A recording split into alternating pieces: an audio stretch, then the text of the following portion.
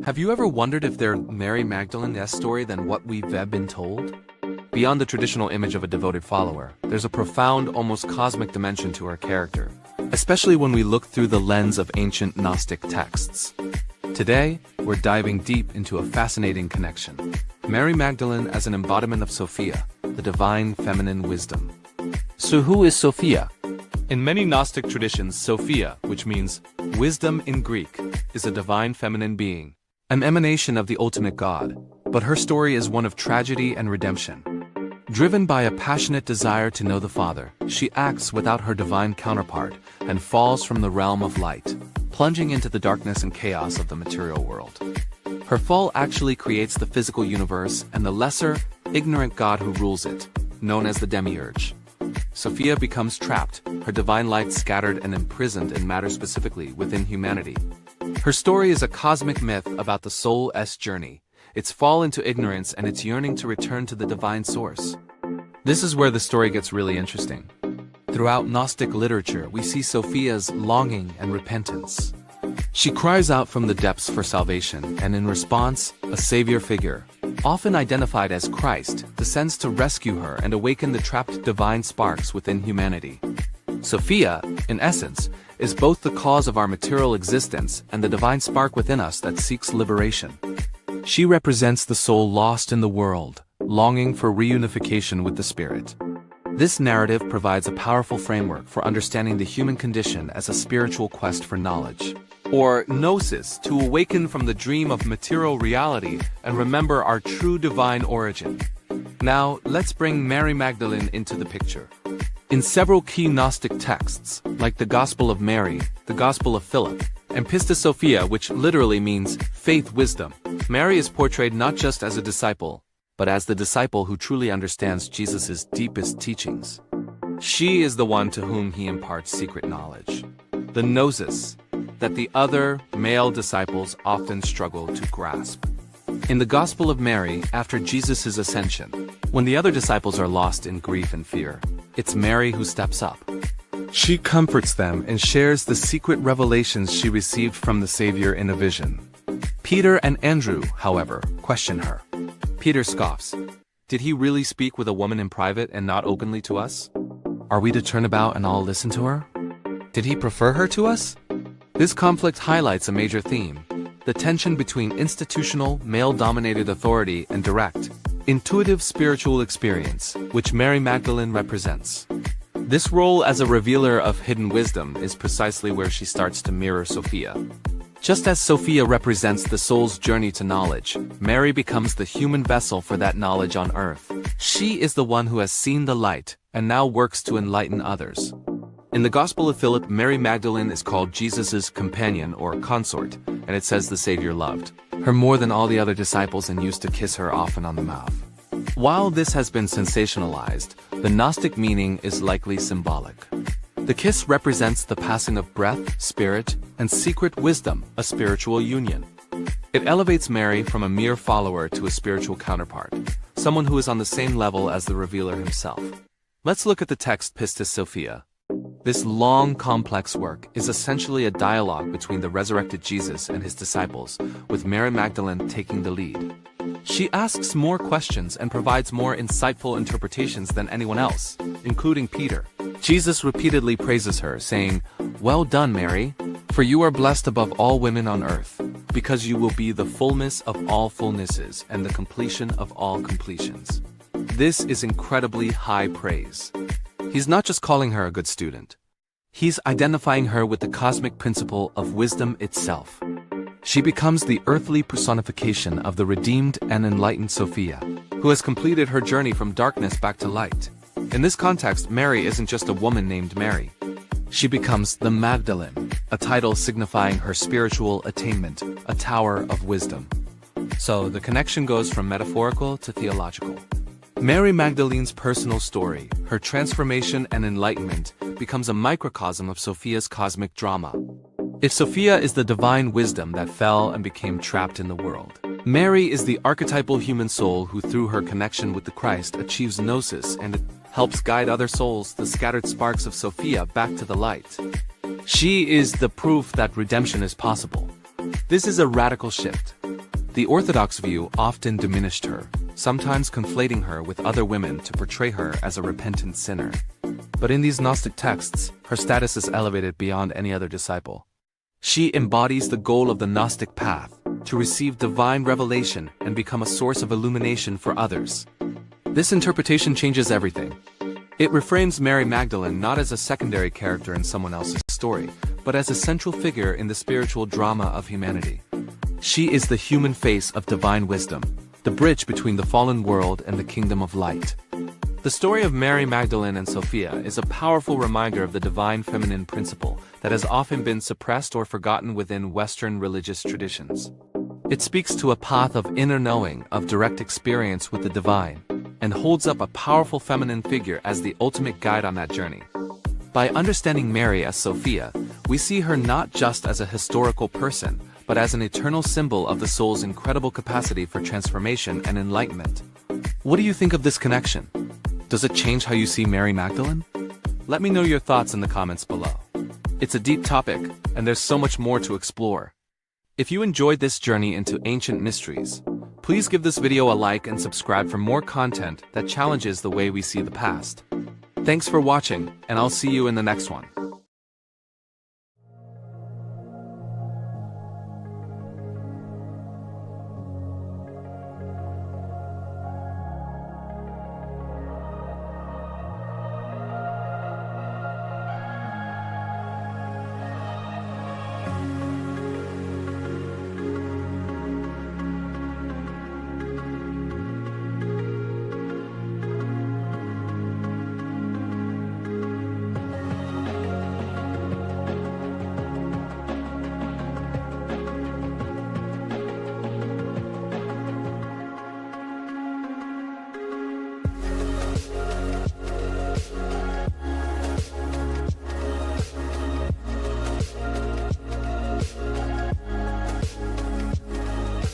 Our founder flames. This right here is an embodied form of the violet ray spectrum.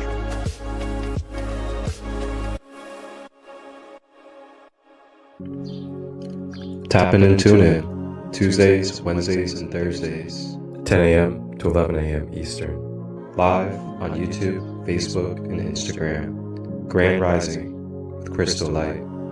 Your sacred space for discovering the Ascended Masters in crystal healing. Ashe.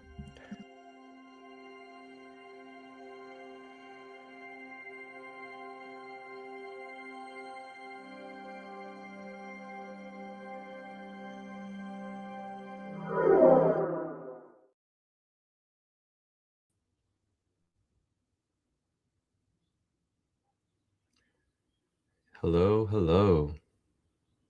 Grand Rising, Grand Day.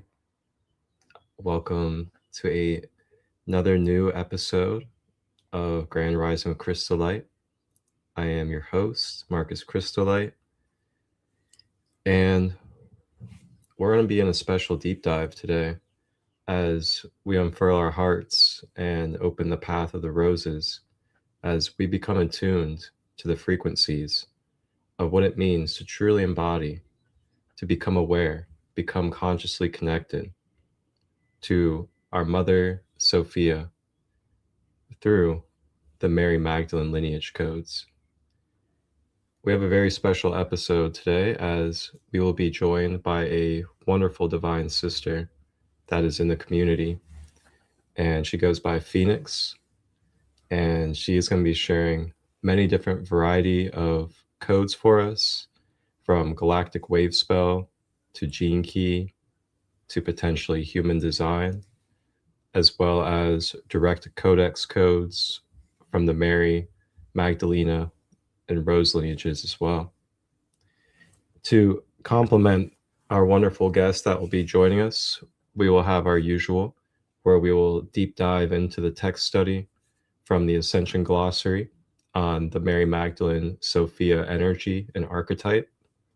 And we'll also deep dive into the incarnation and the lives of the soul known as Magda, that incarnated as Mary Magdalene.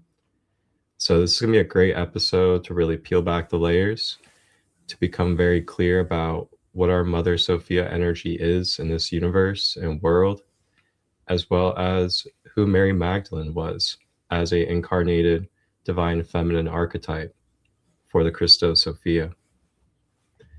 We're going to have wonderful videos as well with different perspectives to help you guys to be able to gain different awarenesses and different aspects of this information as well. So before we begin our deep dive and before I bring our sister on, Phoenix, let's go ahead and take a rewind to our episode yesterday where we talked about her twin flame, Yeshua the Christ. Perhaps these missing years in his narrative offer a deeper understanding of who Jesus the Christ really was. And so the Draconians, through the Vatican in Rome, retaliated by distorting all law of one teachings that Yeshua, Jesus, left on earth. Jesus, the way shower, teaches us how to expand the threefold flame within the secret chamber of the heart, that we might follow his example and become the living incarnation of the Word. He shows us how to balance the energies of love, wisdom, and power until we are enveloped by this threefold action of the sacred fire, and we become the living witness of the Father, Son, Daughter, and Holy Spirit Mother. The temple for 5,000 years. The ray of the Maxim light ruled for 434 days. He revised the laws and provided a legal code that governed Atlantis for thousands of years to come. After a long golden age, the civilization of Atlantis was corrupted by false priests until God saw the wickedness of man to be the avatar of that age. Between the ages of 12 and 33, Jesus studied in both outer and inner retreats of the Brotherhood at Luxor, Egypt, and in the Himalayas. Serapis Bey, hierarch of the Ascension Temple at Luxor, Egypt, was described how the Master Jesus came to Luxor as a very young man and knelt before the Hierophant, refusing all honors that were offered him, and asked to be initiated into the first grade of spiritual law and mastery. His main retreat spaces is the Resurrection Temple that is located in the etheric realm over the Holy Land. He also serves an Arabian retreat in the Arabian Desert, northeast of the Red Sea. Son of manifestation. You are the light of manifestation of your I Am presence, this very moment, all of us. Now that Son of manifestation is a soul who has descended into these dense bodies and this dense, by what I mean very concrete, physical world. And the soul has free will, but the soul is not permanent. The soul becomes permanent when she becomes the bride of the universal Christ. Which they remain in control over in the earth. The ongoing strategy of the negative agenda is to implant thousands of people on the earth with artificial technology that inserts false identities with false memories related to these Akhenaten and Yeshua timelines in order to confuse, derail, and ensnare people in artificially implanted timeline histories. Obviously, this is a psychological warfare agenda using assorted artificial technology to gain control over the ascension timelines through their satanic stronghold in Rome, the Vatican. The inner Christ potential of humanity was crucified through the negative agenda, promotion of spreading belief systems of salvation in the parameter of violent religions that require worship of blood or human sacrifice. The inner violence of one's crucifixion was projected through the belief system that shaped the violent religions. 5. These Constantine IV organized the council along the lines of the Roman Senate and proceeded over it, but did not cast any official vote. This ecumenical council was the first effort to attain consensus in the church through an assembly representing all of Christendom. The Book of the Heavenly Luminaries, and the Epistle of Enoch. The Infancy Gospel of Thomas is a loose collection of childhood stories about Jesus. It fills in gaps in the Gospels of the New Testament, which mostly skip over the growing up years of Jesus. The second chakra, orange wave spectrum, the sacral, upgrading the rod function to elevate in the 14th chakra, gold ray, and the support of the golden eagle grid function for the masculine energy principle.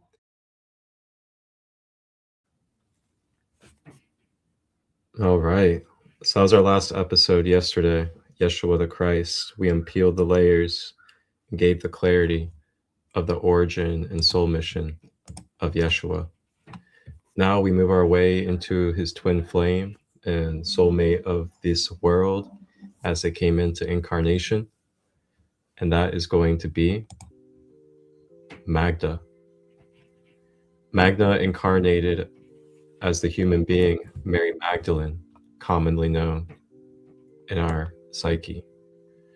So we're going to go through who Magda is real quick.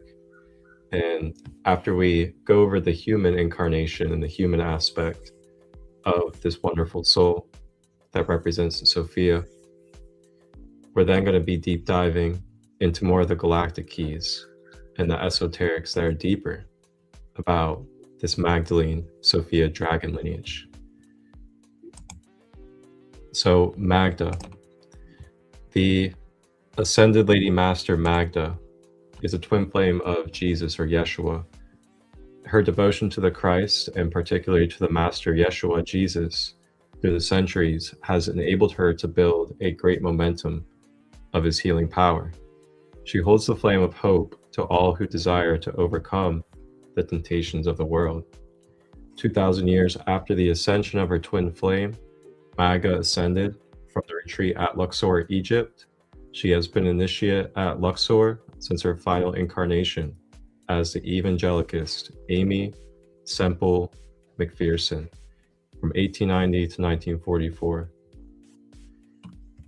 Mary Magdalene, out of whom Jesus cast 7 demons, her victory assents to the fact that all who truly desire to be free are indeed worthy of the great Master's love and may invoke in the name the power of God that will expel the unclean spirits that have gained entry into the temple of being. Indeed, Earth is a schoolroom upon which the evolutions of our planets and solar systems may gaze and see the great miracle of the ascension of those who have descended to the depths of self-degradation before they came to the realization of the Christ and then determined with him to overcome every negative momentum that has brought about the fall of man or woman. And that's just a very short summary of Mary Magdalene. And now we're going to kind of move into more of the deeper side, where we're going to talk about the Mary Magdalene Sophia dragon lineage and the galactic perspective of what this represents and how it connects us to our mother consciousness in this universe. With that being said, I'm going to go ahead and welcome on our divine sister Phoenix, who is going to be decoding and helping us come to this clarity of what it means to embody, to connect, and be aware of this Mary Magdalene Sophia dragon lineage. Welcome on, sister. How are you today? Feeling the fire and the flame of the mother dragons returning. How are you? I am wonderful. I have felt just tremendously uplifted and blessed, and just feeling like, we are really being called in these times to really just elevate and to continue to speak our truths and to share the knowledge and to allow our fellow souls to be able to really be confirmed of what it is that they know deep within their core, and no longer have to go through the gaslighting and go through the falsehood, but to really just move forward with what they know and what is, and continue to co-create together.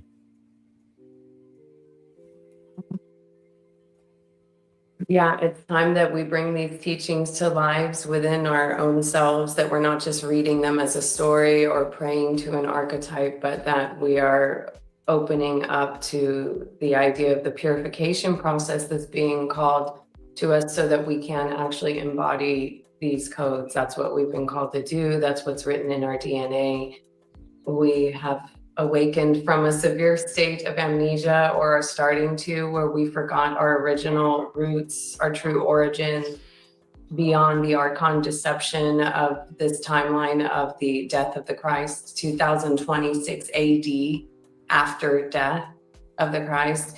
We've been in a reign of Antichrist little season, if you want to call it that, with a lot of misperceptions, misconceptions about, the feminine kind of being written out of the book in pretty much all ways and called a prostitute. And that's really what's kept this divine Magdalene energy from actually coming up, because there's no prostitution in the Mary energy. She does not prostitute herself. She does not sell herself. She does not bow down nor compromise herself for anything or anyone for any price. And so we're rewriting some his stories that tried to dissolve the mysteries. And when we seek honestly with the pure heart's intent to know the truth, to see the truth, you know, not just my truth as a person, but the truth, like what happened, where did we come from, to really tune into those stories that are written in our DNA, encoded, encrypted, and ultimately to return to what I call the eternal immortal operating system, because I think we're all starting to understand we're working in a code-like system, and there are many operating systems. And we've come through, I worked for Dell for 8 years building the AI tech machine headquartered in Austin, Texas, before I really knew what I was doing. And I started to have these revelations. It was like I was playing Neo in the Matrix to understand how it works from the inside out, and all the terminologies of clouds and networks and storage and servers and all of these words. And ultimately, you know, I started to be shown how there's an OEM software, the factory software that comes on your phone, and it's revolving around money and time and weather. And that's kind of the average 2-strand operating system that we've been in maintaining the material world, the material structure of this world. And to return to our eternal immortal ways is what we're being called to do. And that's a whole new operating system. And when you download that operating system, something happens to your divine DNA. And this is where the mother codes are within our infrastructure, as we're called to turn on our light body, to ascend into the light, to go through that purification process. And as you mentioned in the introductions, it's so nice to watch them and to hear and to feel and resonate with the truths of what's being brought through there. And for me to realize and to recognize within my own self that I've been on that journey after my near-death experience in May 2016. It was an initiatic journey of dying and returning and recognizing that we were breaking out of the loop of reincarnations, that we were coming to embody the highest version of ourselves in the physical form, and that we truly are here to awaken the understanding of immortality and being an eternal being. And I don't think there are enough words written about that yet, because this isn't something you can prove in science. It will baffle the cloning technologies and the dark side of hospitals and healing, you know. And so this is what we're coming into, just remembering our divine architecture, remembering that we have a purpose written inside our DNA. And that initiation for me, when I went through that death process, took me from very human to galactic in a short period of time. I had to surrender completely. I'm grateful I read the book called The Surrender Experiment, or I listened to that book by Michael Singer. What a beautiful book. It really helped me. I thought I'd surrendered it all until I didn't. And then you learn that you're just in this continual process of surrendering to the divine, surrendering to be of service, surrendering to the truth. Show me the way. I'm on the quest. I'm devoted on this path. I'm devoted to this mission as a humble seeker of the truth. And it's amazing the places and spaces and the revelations that where you'll be led when you truly inquire from that heart space that you want to return home, and to show me what is real and show me what is not. Give me discernment allow me to see the truth of any deceiving, deception, misleading, corrupted ways, to see clearly. Yeah, so in the path of this experience and the surrender experiment, it eventually led me to a foreign country. It eventually led me to selling my 4,000 square foot house, selling all of my material possessions, moving to a foreign country, and with my husband and my 3 children. My near-death experience was when I was birthing my 3rd child. I was in a C-section and completely released and let go of that life. I remember my final thoughts being, I'm leaving now, and I'm leaving my 3 children to my husband. And in that moment in time, when I actually returned, it was a celebration of, oh, no, I'm not. Here I am. I have returned. But then was I called to the eternal path, which led me to eventually leaving my children with my husband. That's a very controversial subject in my life, that I did such a thing, that I'm separated from the first 3 children that were born of my womb. And that's led me on a journey of a deep healing of the mother in all directions, in all ways. And it's also led me to a deeper understanding that every child is my child, every sister, every brother, to really embody the deeper understanding of being one with all things, and to understand the importance of the mission that I was called to lead in this path of embodiment, that although I might be far away from an airplane, miles in physical presence, that our genetics is etheric. They are etheric strands of DNA that move through time and space. And the feeling and the holding of a field of union and communion with the one transcends time and space.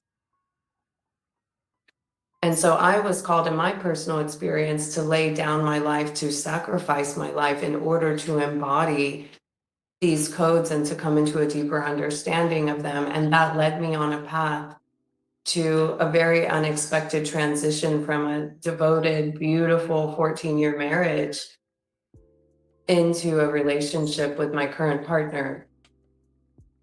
We met in 2018. I never heard of a twin flame, twin ray. I never heard of Kundalini or any of these types of things yet.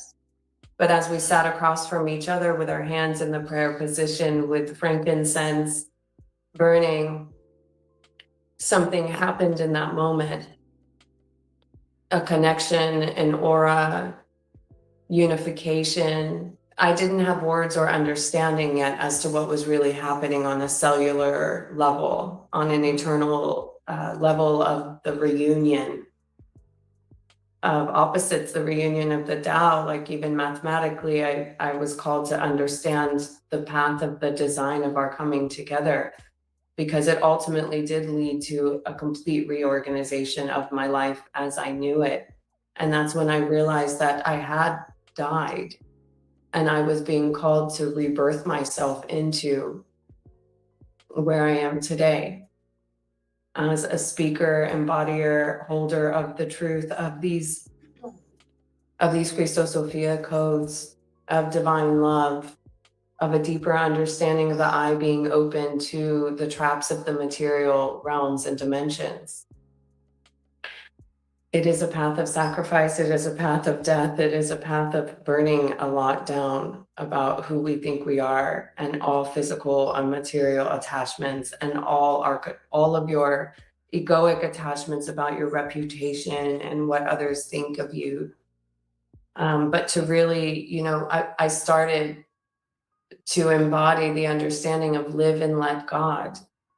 Lord, prepare me to be a sanctuary, pure and holy, tried and true. With thanksgiving, I'll be a living sanctuary for you. And to surrender to God's plan, you could say, Now, within those words of God and Lord, and there are a lot of misleading, deceiving teachings within the church and religion as we know it. Because if it was the truth, we wouldn't be in the underworld that we are on a material level, on a planetary level. So we must question the current religious and Christian teachings that have been put out there. There are some missing pieces, or we wouldn't be where we are today. So that's where I understand we're in the Sophionic correction. You know, and it is through our voices. There are many of us that have been called to embody these fields in our own ways. This is just my particular story of it. To come into full union within myself, to come into full balance within myself of my own masculine and feminine, so that I could then unite with my other in the external realm, in the opposite gender, and to experience that level of love, that level of force, that level of divinity, that level of holiness and purity. To understand we were making love to bring the heavens down to earth, not out of lust and carnal nature, desires and fantasies, but that it was the work we came to do. And to surrender into the bliss and the ecstasy of such a union. And to identify and recognize how religion has caused so much trauma in the sex field. There's so much actual manipulation in the church and so much sexual trauma that happens directly in the church with hidden sexual rituals and secret societies. And many hidden sexual energies within families where everything seems okay on Sundays, but there's some dirty shit going on in the background on the days outside of church. I started to learn that when I had many people come to me that grew up in church and had trauma in the church. Some just from the teachings that were taught, but also by things that were done to them in secret. And so a lot of truth is starting to come out about that. And those are the true revelations that we're in right now, is the truth of the dark operations that have been behind the scenes, masked as God, where perpetuators continue to perpetuate and then go and get forgiven for their sins.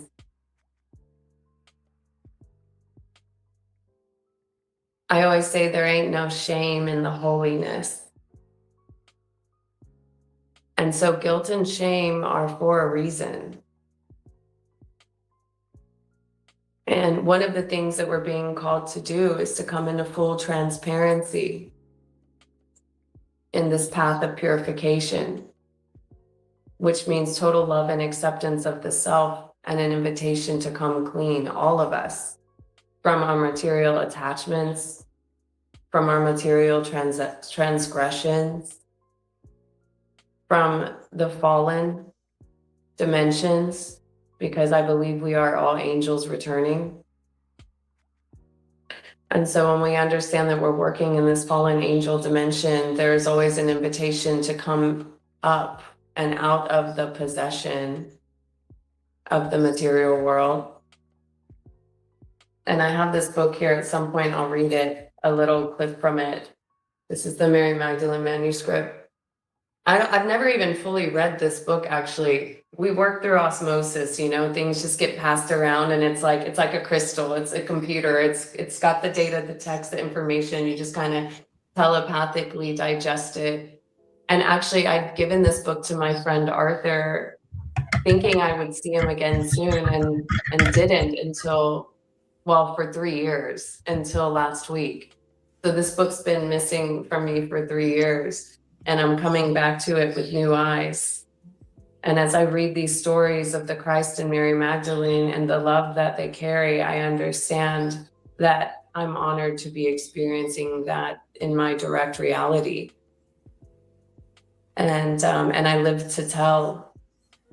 And I think out of humility, I've been kind of quiet about this aspect, but I understand more now than ever with the confusion in the sexual dimension, which is where most people are being hijacked right now. That's what your pure life force energy that's being called to rise up and ring the bell of the Christos up here, this eternal nectar that activates the permanent orgasm and ecstatic state beyond any sexual encounter. You are a living orgasm. You are a living organism. You are here to, that is eternal life. That is the baptism. Bliss and ecstasy are our birthright. So to remember that, obviously, we've got to remember the roots of who we are. It takes time to actually encounter that and to bring that back into our remembrance.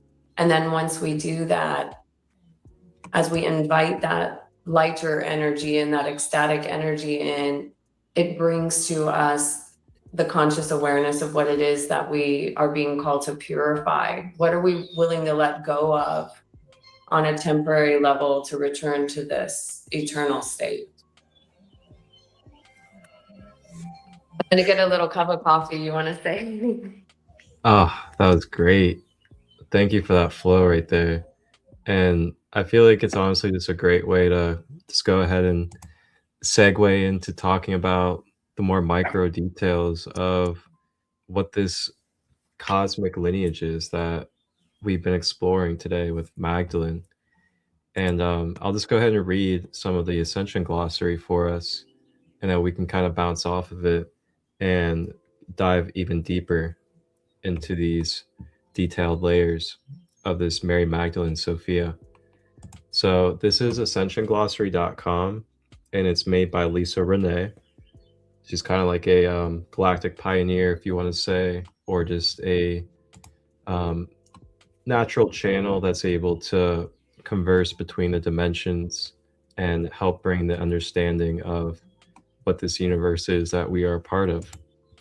And of course, when it comes to information, I always want to remind people that you can always discern for yourself, and you can always take what resonates and leave what doesn't for you. And you also don't have to be 100% sold on anything that you read. You can be maybe 80% sold on it or 90%, but maybe there's one or two things that don't resonate with you. So I just want to put that out there for anyone that is going to be digesting this information. And I know there can also be, conflicting or a space of reprogramming when it comes to the dogmatic and religious side of things. But you guys are all welcomed here, and this is an open space for discussion. You guys can also comment throughout the live, and we'd love to interact with your comments. If you have questions or anything to add, feel free. And this is a safe, sacred community space. All right, so Mary Magdalene Sophia. In the ancient culture of the Celtic Church, the spiritual head of the cosmic Christos dragon teachings for hierogamic union. Hierogamic union is where what Phoenix was just describing as the divine union of self, the divine union of your own masculine and feminine nature, and then being able to then exude that into the world as a relationship. And the biological ascension mysteries were held by the female line of the Mother of Dragons, which later on included the lineage of the incarnation of Mary Magdalene Sophia. After the Roman invasion of Gaul, the cosmic Christos dragon teachings were carried on underground through the secret sects of the Sisters of Avalon. Some of the Benedictine monks who were masters of alchemy from their lifelong study of these teachings. Thus, these dedicated monks were responsible for choosing the building sites and drawing up the architectural blueprints, which included esoteric cosmic Christos dragon teaching ascension symbols found throughout the ancient Gothic cathedrals in France that are consecrated to Mary. Whether considered the mother of Christ or the wife of Christ in the context, Mary is given as a sovereign title and is esoterically known as the Mother of Dragons. The Sisters of Avalon. So during the Yeshua and Mary Sophia Iron Age Christos mission, they held 8D hierogamic union, and were able to produce children. Her female descendants were known to have retained the Dragon Queen bloodlines of Avalon, and their male descendants became known as the Fisher Kings in Gaul, which later became France. This is huge right here. They don't really talk about how Yeshua and Mary had offspring. And of course, they wouldn't want the offspring to know that they are the offspring of Yeshua and Mary. So, very beautiful information. And during the next stage of the Christo's mission, with the birth of King Arthur, dun, dun, dun, dun, his mother was from the same Dragon Queen bloodline, the mother of dragons, which descended directly from the Mary Sophia Magdalene. This was later formed into a high priestess order known as the Sisters of Avalon. The heritage of the Sisters of Avalon as the high priestess order of the Mother of Dragons, sourcing from Mary Sophia Magdalene, was highly guarded by the underground representatives of the authentic Celtic Church or Nazarene sects. Thus, they hid the ancestral history of the female bloodlines of Christ through oral traditions and in some written manuscripts and historical artifacts that spanned in locations between France, Ireland, and Scotland. The Solar Christ Mary template. This ascending collective female aspect is an important light body component for embodying the solar feminine Christ, as well as reassembling her corrected light body parts and spiritual wings. Spiritual wings connect to your 6 and 7D dimension self, which is your indigo rays and violet rays as well. To restore the solar female Mary template to this earth has required the rebuilding of a completely new diamond sun body for the gold ray seraphim lineages. There is one design for the Solar Christ Michael and another template for the Solar Christ Mary. So the Solar Mary is a title given by God or the Creator. Solar Christ Mary is a title of the spiritually embodied triple solar daughters of the cosmic Mother Dragon or Holy Mother Sophia, retrieving their spiritual parts and their identities meant facing our planet's devastations, painful history of invasion, and would take us through the dark maze of discovery that was once completely embodied as the intelligent creator of the planetary matrix. It was her head, or global brain, they removed from the planetary logos, or magnosphere, during the Gaian Wars. During evolutionary rounds, she embodied and took the solar dragon Mahi Grail Queen position in an angelic human diamond sun form. And one such identity was during the Atlantean timelines, when Dragon Queen Merida embodied as the 11D CDT plate holder and was a prolific ancient builder, architect, and city planner for the colonies. All right, I'm going to read these last 2 sections, and then we can kick a flow and talk a little bit more between myself and Phoenix. And again, you guys can comment throughout this as well. Feel free to comment and share anything that you feel. Christ Mary and Christ Michael wedding. So last year, solar female Christ Mary Sophia was reawakened as the first eminent of the triple solar goddess, returning into her female solar dragon form to reclaim her rightful place as a solar feminine Christ, joining with her sacred husband, Christ Michael, in his first stages of their hierogamic union. We have learned the location of the sacred hierogamic union wedding into cosmic dragons is taking place on the St. Michael line and Avebury Henge during the upcoming Easter holiday, whereby their heavenly coupling in the cosmic Christo Sophia solarized marriage bed produced a cosmic Christos offspring for the earth, which takes forms at the hatching of the cosmic golden dragon egg. So we can see a lot of what is momentum now moving forward in the consciousness shift of our planetary system and collective. If we look around us, we can see that there has been many stages of awakening, and we are going through stages of awakening, and there's more and more of our brothers and sisters that are asking questions, or they're ready to change, they're ready to grow, they're ready to know more about who they are and what about our Earth and our galactic history. So that's just a little evidence that we are moving forward and we are continuing to elevate. We just got to keep on moving. So last thing I'm going to read here is the warfare to reclaim Solar Christ Mary. So many grid wars and off-planet spiritual warfare events ensued as a result of reclaiming her massive spiritual body parts that are connected to the Solar Mary Tiamat histories, and to the reclamation and reunion of her cosmic dragon parts. There has been ongoing dismantling of the anti-hierogamic alien machinery that was used to pervert, invert, and clone her sacred image, energy signature, and Holy Spirit for assorted satanic agendas as the alien-generated Dark Mother. The reimagination of the triple solar goddess in her Solar Christ Mary form has been actively involved in the sequential activation of many Gothic cathedrals across the globe that were originally built on dragon nodes in her name and Mary Magdalene Sophia lineage.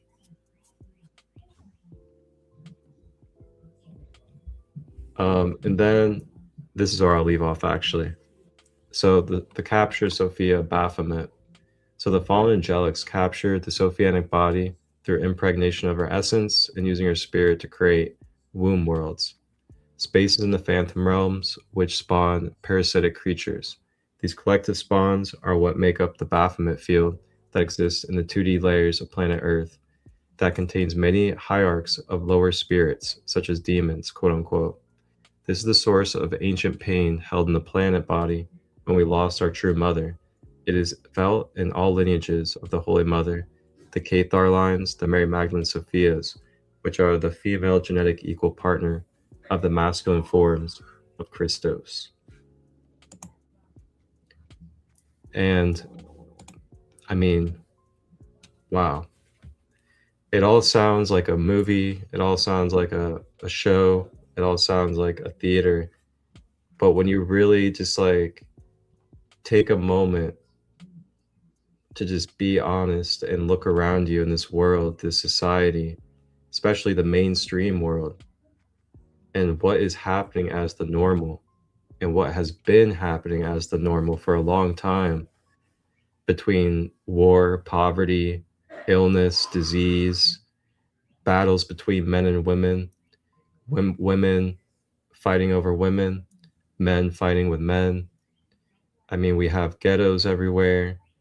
We have people selling themselves for anything material. Like, we're selling our bodies, we're selling our spirit for anything material. And then we're in survival mode. So like, these are things that we gotta really look at as tangible human beings right now in this present time of what it is we're here to address and continue to bring more crystalline energy to. And these are the things that help us understand our timeline, our history, how we got here, and how we can no longer stay here and continue to redirect ourselves in the ways that we feel are most holy to us as whole beings.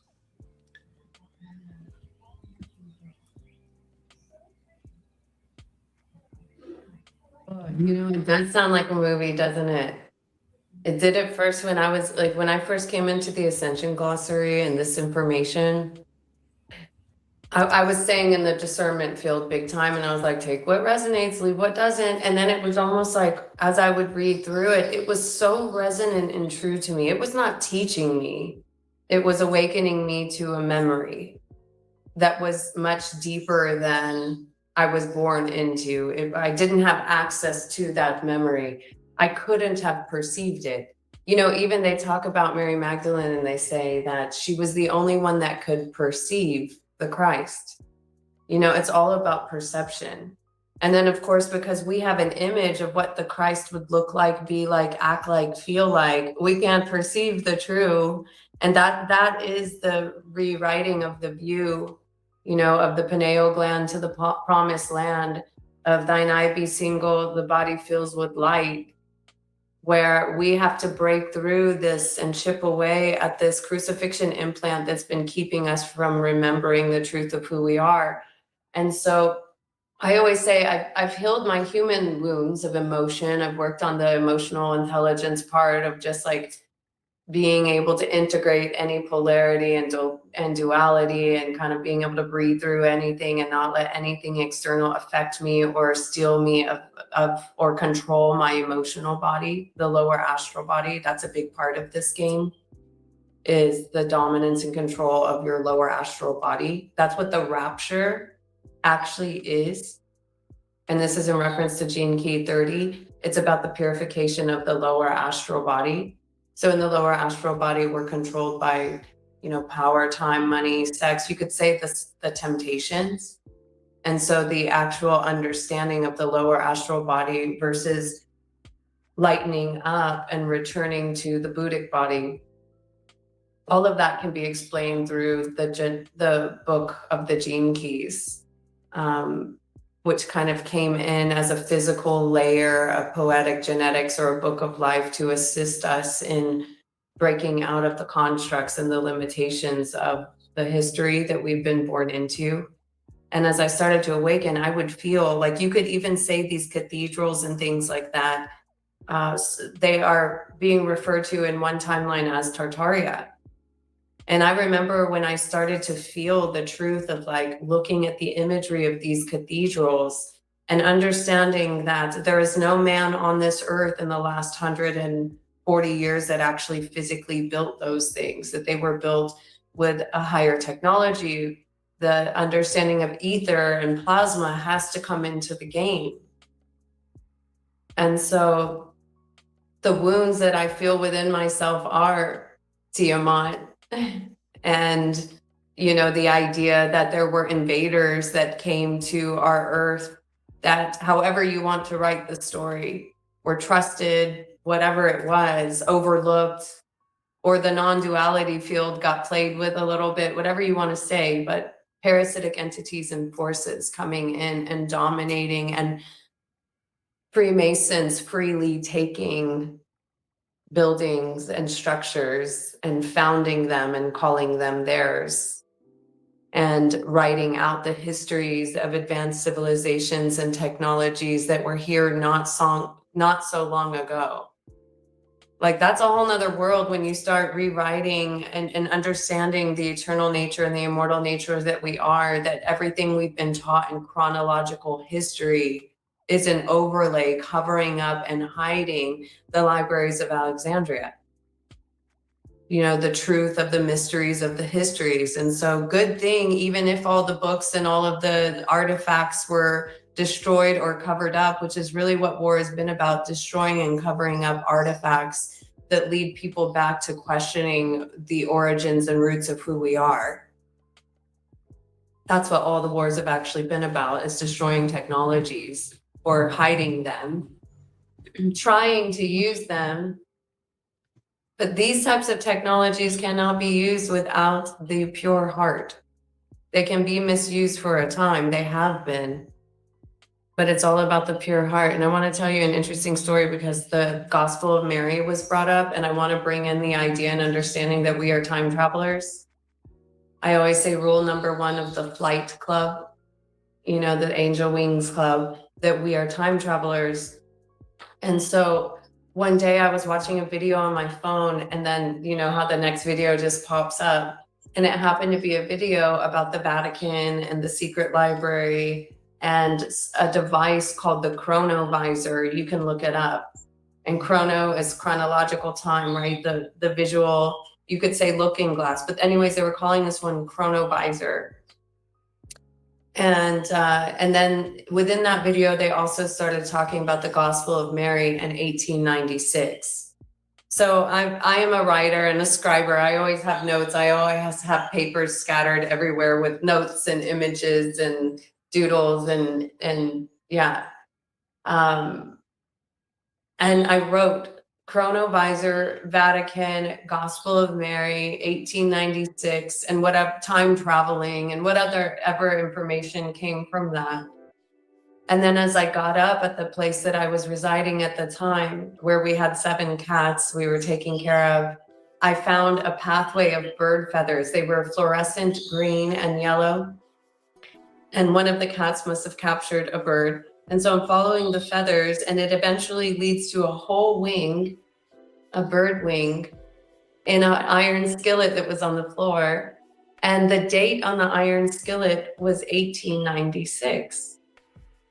And so all of a sudden, like this happens to me all the time when you step out of the dimension of time and you understand that the construct of time is the most mass agreed upon corrupted data that we have, that's put us in an aging timeline, an aging, sick, fallen, war, destruction, history timeline versus an eternal timeline. You know, you start to like break out of and start to learn how to work with timelines. And that's how we start to play this game to return to where we came from, which is not getting on a spaceship and going to some other planet or star system. You know, it's returning back to the true essence of what we are and who we are here in the physical form on the earth plane. Because sometimes we can get caught up in the idea of ascension and the idea of leaving this world. But what we're talking about actually leaving is the world of the trap of material while still remaining in the physical substance. And that's what I was starting to put together in like this idea of heaven on earth, that heaven's not a place you go after you die. Dodge the hijack, right? That it's here now, that heaven is at hand, that heaven is within. And so we already have access to that state. And within that knowing and pursuit of embodying heaven, I started to realize, why isn't everybody else in heaven yet? How did we forget the divine heavenly origins and roots of where we come from? And it took me to the understanding and the importance of bringing awareness to the sacral chakra hijack, is what I'm calling it. The lower astral plane hijack, where the majority of humanity is being controlled by money and sex and food. And so obviously it's starting to become a reality that the way the world is running with the financial systems and government systems and military systems is not sustainable, and medical systems not sustainable. And so on the path of sustainability, we're starting to inquire within ourselves and empower our own selves with the deep knowledge, wisdom, truth, gnosis on how to return to our divine essence. And that's where I believe the gene keys, you know, in the 7 years of me pretty much leaving behind technology, leaving behind the financial and the monetary systems, leaving behind the news, dematerializing, spending time in the cave, you know, spending time in the river, in nature, moving myself out of that reality that I came from so that I could see it with the all-seeing eye. That's what I've been called to do in this experience. And then to understand some tools like the 7 sacred seals, it's mentioned in Revelations in the Bible.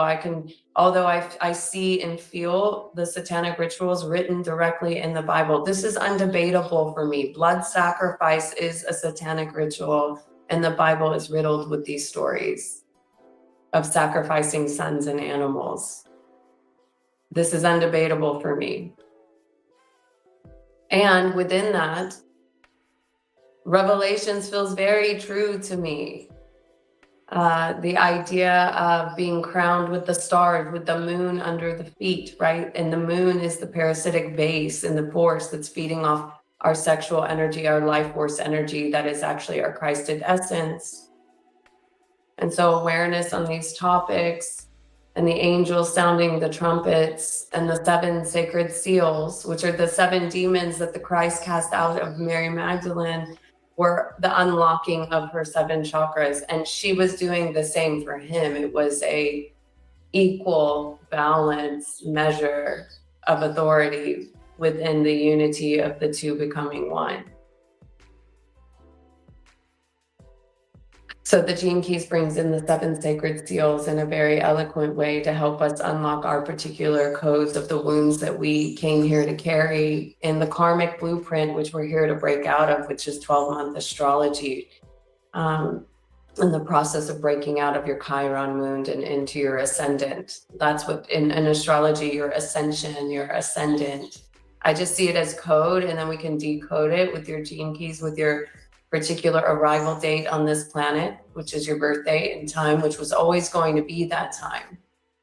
No matter your birth story, you were always going to arrive at, November 18th, 1982, 13:15 in Fayetteville, North Carolina, latitude 35. That's mine. But then when we get to know each other, it's like, oh, your divine origin, you're part of the monad.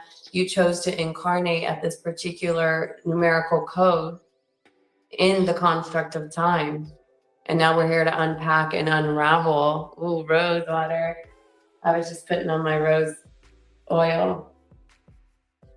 Yeah, so here we are. This is the Cosmic Mother's redemption, actually. This is us. This is poetic justice, Tupac. This is poetic genetics.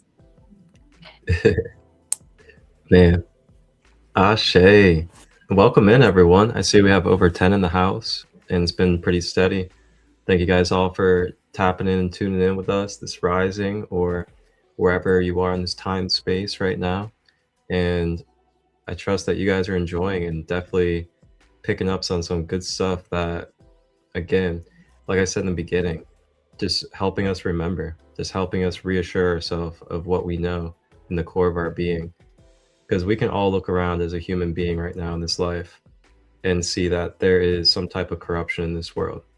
There is something going on that is keeping us in this state as a collective where we are barely surviving. Finances are getting worse when it comes to the economy. All these different things are just continuing to cycle and play out for year after year, time after time. And it's normal for us to be okay with poisonous chemicals, but it's weird for us to be connected to nature. We got to think about how these things are really present and how they've been present. And this knowledge that we're speaking on is to help kind of reverse those mindsets and, reinvent the wheel of what it truly means to be a sovereign. And what I mean by a sovereign is a individual energetic being that understands that they are one with the creator of all life, the source. And whatever that is for you and whatever that means within yourself, we're here to support that, and we're here to allow that to be able to be expressed freely and authentically as equals of the light and the love of all. Ooh, man. So I'd love to take a moment, and I have an awesome video, and this video is going to be a few minutes long, and it's going to talk about one of the, if you want to say, forbidden, hidden, stolen, lost scriptures of Mary Magdalene that is not in the canon Bible, of course. I think you guys are going to really enjoy this. And this is going to talk about one of the Gospels of Mary. And it's going to talk a little bit why it's not in the canon Bible as well. So enjoy this, and we'll be back in just a moment. What if the key to your spiritual liberation, the very essence of Christ's most radical teachings, was systematically erased by the very institutions that claim to preserve them? They called her a sinner, a prostitute, a lie. The truth? Mary Magdalene was an enlightened apostle, privy to wisdom so potent, so disruptive to patriarchal control, that it had to be buried. This isn't just ancient history. This is about a spiritual rebellion they tried to crush, and why its rediscovery now is the awakening you've been seeking. What they hid changes everything. In the official story, she's a follower, a witness. Important, yes. But the gospel bearing her name, unearthed from Egypt's sands, screams a different truth. It shows the Savior loved her more than all, not for romance, but for a spiritual understanding that dwarfed the others. This was no mere disciple. This was a master in her own right, the apostle to the apostles. She received teachings too profound, too radical for the rest. And when she shared this luminous wisdom, the fragile male ego of the nascent church shattered. Listen to Peter, the future bedrock of the institutional church, his words dripping with fear, with outrage. Did he really speak with a woman without our knowledge? Not openly? Are we to turn about and all listen to her? Did he prefer her to us? This wasn't debate. This was the sound of a door slamming shut on feminine divine authority. This was the moment of betrayal. The moment a path of direct gnosis, of balanced masculine-feminine power, was deliberately pushed into the shadows to make way for an empire of control. The strange ideas they feared, they were the keys to your freedom. So what were these earth-shattering teachings? Prepare yourself. The Gospel of Mary flatly states, there is no sin. But it is you who make sin when you act like the nature of adultery, meaning when you are untrue to your divine core. Sin, as Mary taught, isn't an inherent stain from birth. It's ignorance of your true, magnificent spiritual nature, a forgetting. Salvation, then? Not through blind faith in another's sacrifice alone. A path her gospel boldly rejects. It's through gnosis, direct, inner knowing. The Savior's call was to seek the child of true humanity within yourselves. The kingdom isn't out there, it's in you. This wasn't just a teaching, it was a transfer of power from external priests and hierarchies directly to you.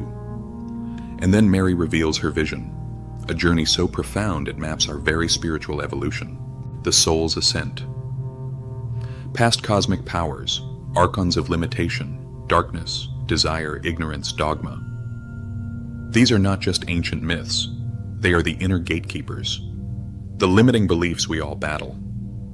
But the secret Mary shares about how the soul defeats them, that's the explosive truth they couldn't let out.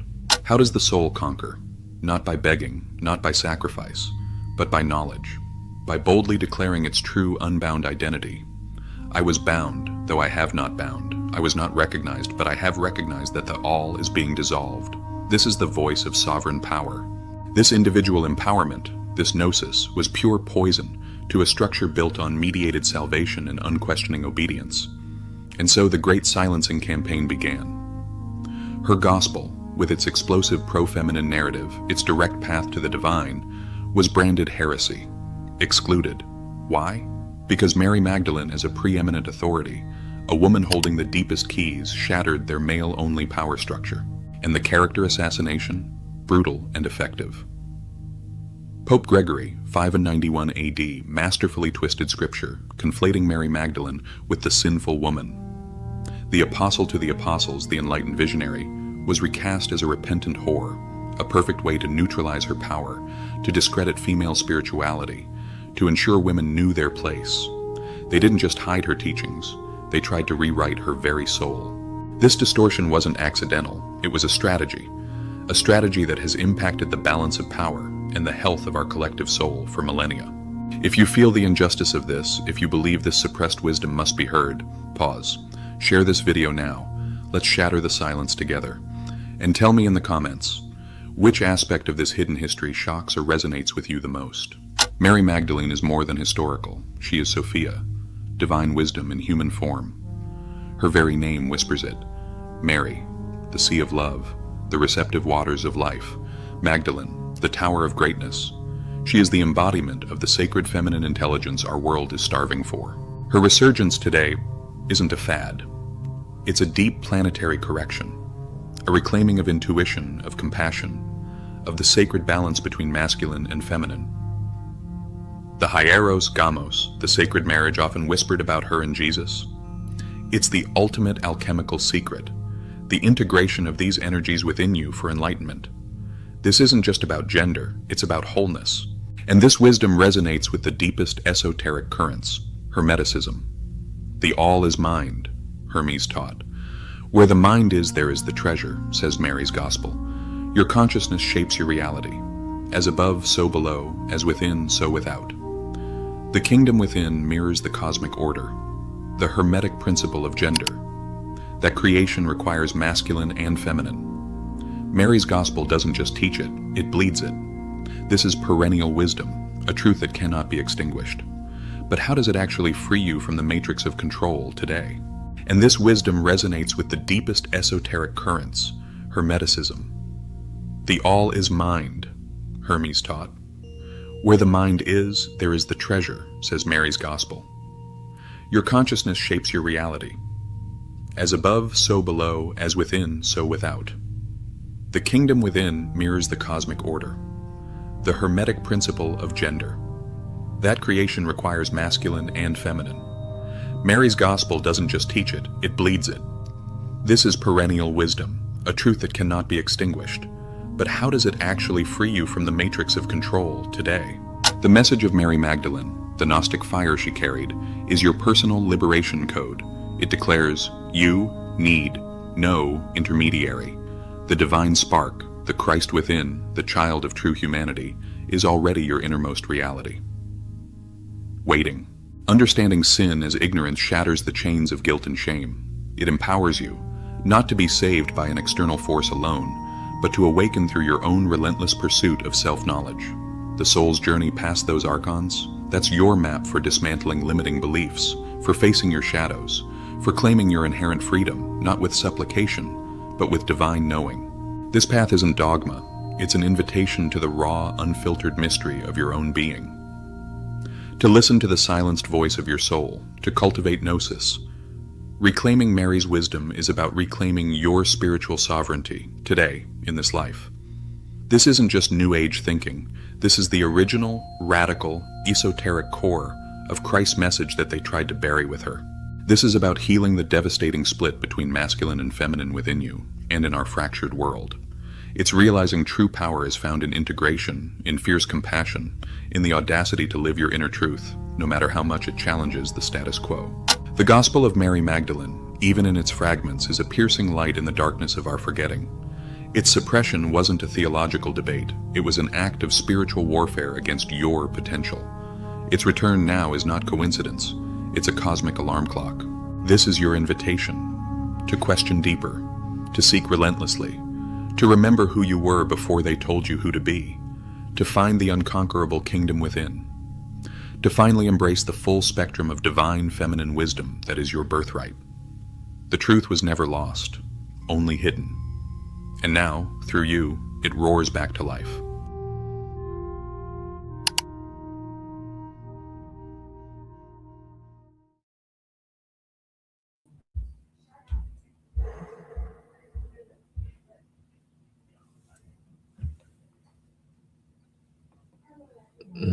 Liberation.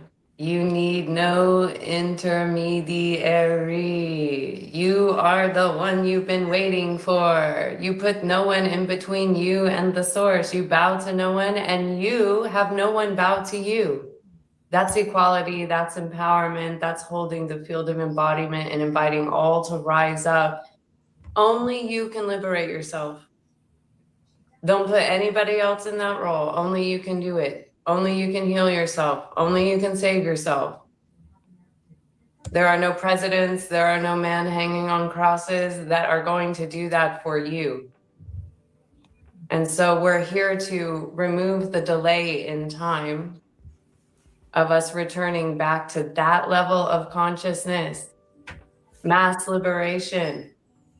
It's super simple, it's super easy. It's free to all. It's free. Free.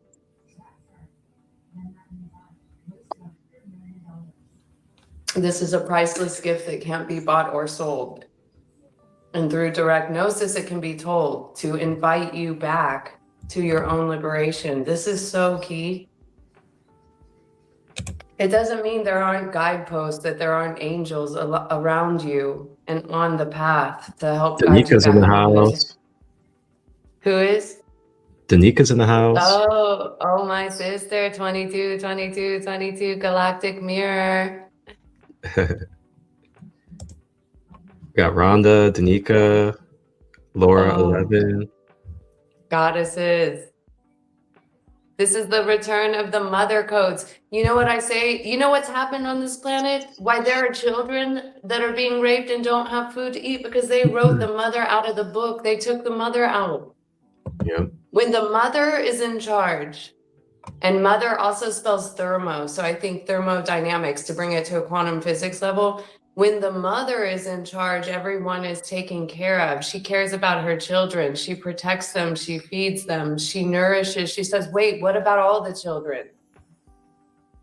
So this is how we move from the I, me, my to the thigh. And don't get me wrong when I say the mother being in charge here. It's the mother of all, and it includes the father, of course. This is not going from patriarchy to matriarchy. This is total balance and equality of the male and the female. That's it right there. It's about the and balance. That's called the synarchy. Synarchy. Yep. It's Yeshua and Mary, you know. It's not just Yeshua. It's not just Mary. It's Yeshua and Mary, you know. It's the only way. It's the only way to, and so I'm looking for that. I'm looking for that in the ones that are rising and sharing messages. How's that looking for them in that balance? You know, first we got to come into the balance within ourselves.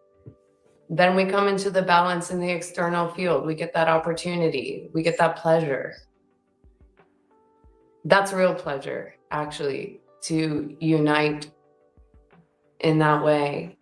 And I believe it is written for all of us. I would tell everyone, celibate until the one is arrived. Purify your vessel and prepare for uniting with the groom. Prepare the bridegroom. Prepare yourself. And we're not in a longing or a yearning for something because we found it all inside. And now we're here embodying the ecstatic state. And as within, so without, that would surely mean there must be another doing the same and coming together in union. And we're being called to that. First of all, the path of individuation and the balance of the masculine and feminine with each individual, which then manifests as the unity of hearts. And we need as many lovers, sacred lovers, not this dirty fake love stuff. Dodge the hijack of the tantric field that's bringing people down into the depths of the underworld, masked as liberation, but you're a sex slave. Remember the Magdalene energy, it's not a prostitute. We got to bring it up to enter this field. We've got to build the body of light to evacuate all parasites. You build the body of light to evacuate all parasites. And that's a toroidal field. We're a toroidal field of energy. We're operating in the 0 point. The toroidal field is moving so fast that nothing can stick to it. It's moving so fast, it's actually still because it's in observation.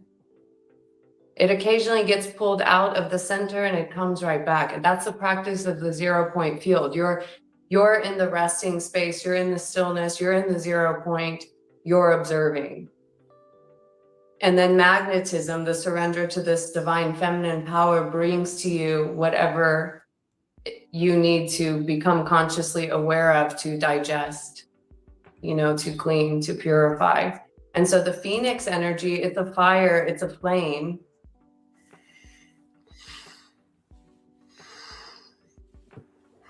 And nothing can stick to that. And that's how we are the eye in the midst of all storms.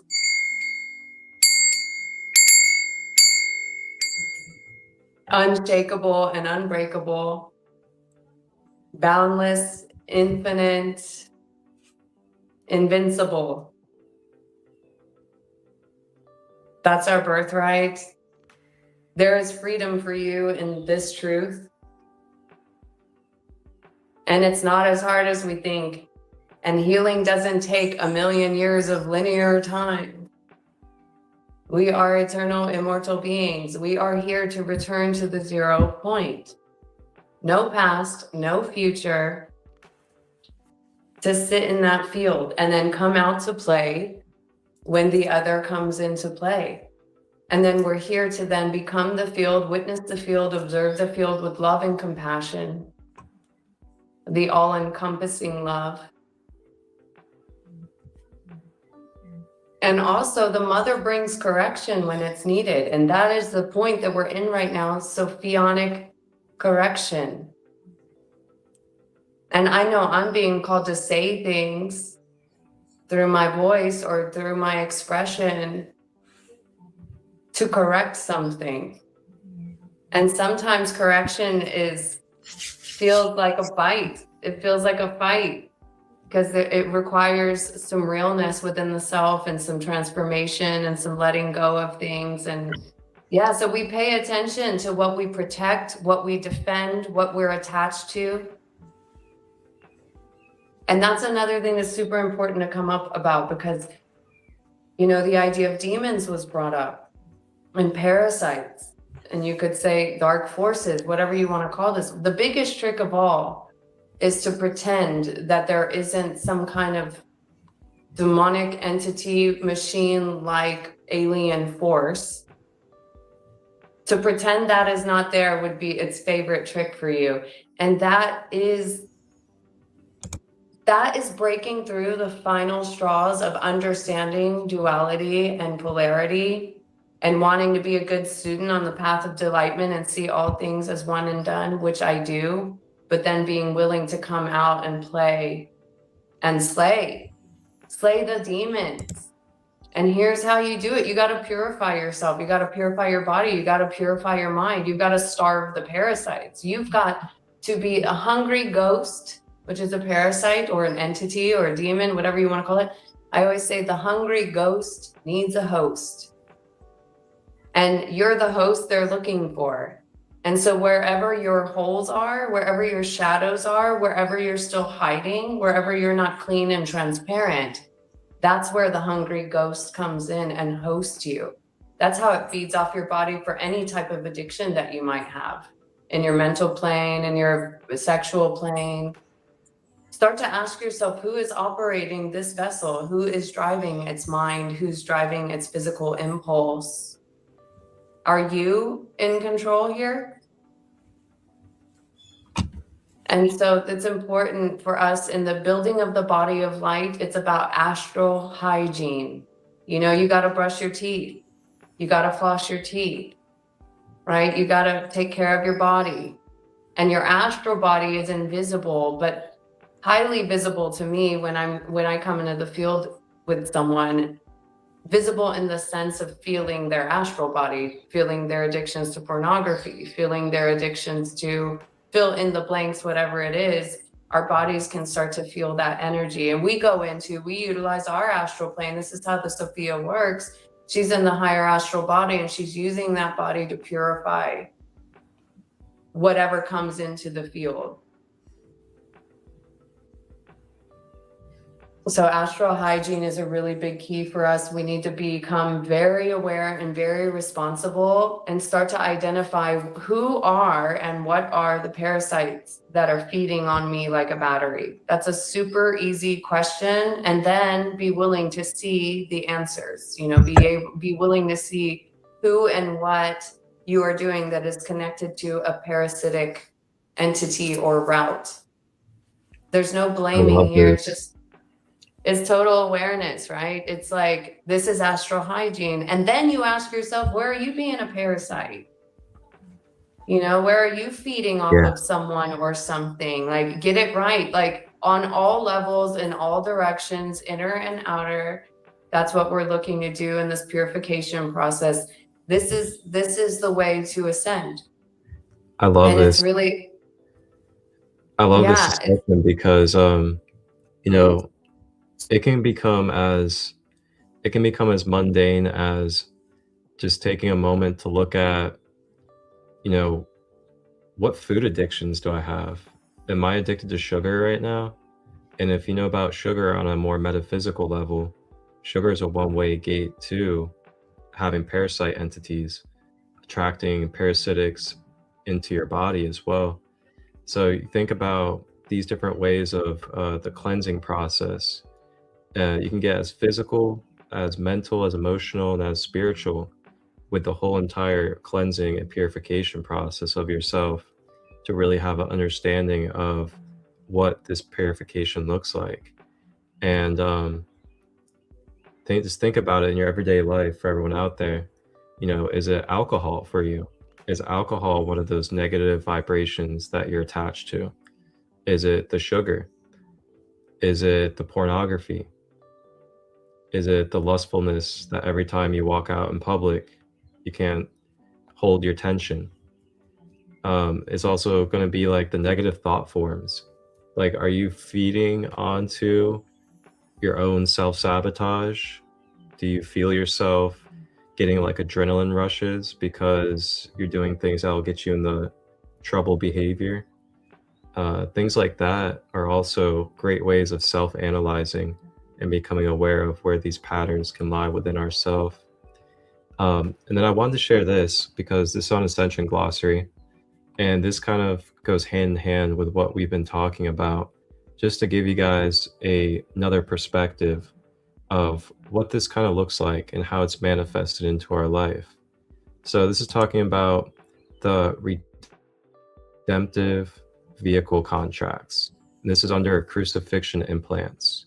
So Phoenix had mentioned crucifixion implants a few times, and it's going to kind of give you a section of what these can look like in our human life.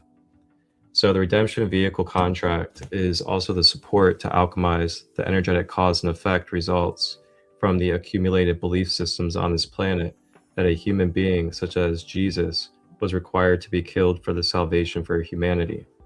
The same parallel energetic results stem from all human belief systems that include a sacrifice to God must be made to ensure salvation.